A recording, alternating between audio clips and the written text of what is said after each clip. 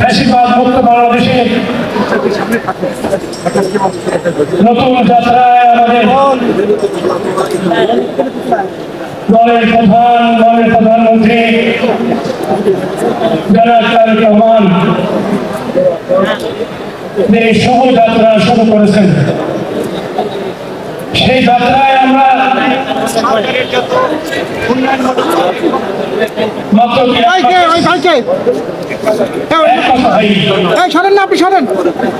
এখনো আমরা কেবল যাত্রা শুরু করেছি। সেই যাত্রার প্রেক্ষাপটে পবিত্র মাহে রমজানের এই অনুষ্ঠান অত্যন্ত তাৎপর্যপূর্ণ।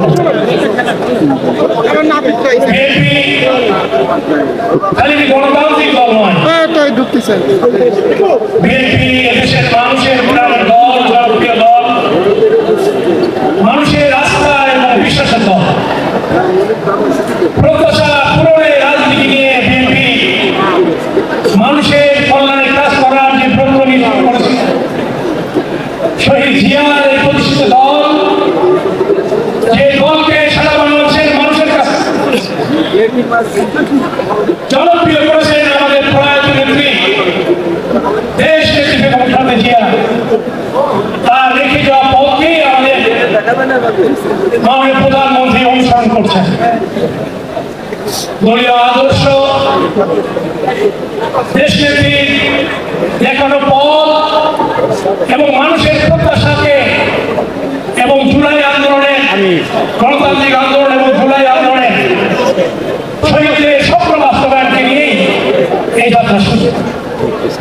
সে কারণে এই দলটি আগামী দিনের জন্য মানুষের কাছে একটি কার্যকরী গণমুখী দল হিসাবে বিএনপি নেতাকর্মীদের তুলে ধরতে হবে। আমরা সেই প্রত্যাশা নিয়ে কাজ শুরু করছি।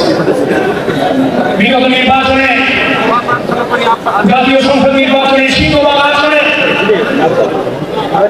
দেশের ভোটাররা, সাধারণ ভোটাররা ভোট দিয়ে তাদের আস্থার দল, তাদের প্রিয় দলকে বিজয় করেছে এবং সেই আস্থা দল, প্রিয় দলকে ভোটারদের, সাধারণ ভোটারদের প্রত্যাশা পূরণকে সামনে নিয়ে আমাদের কাজ করতে হবে।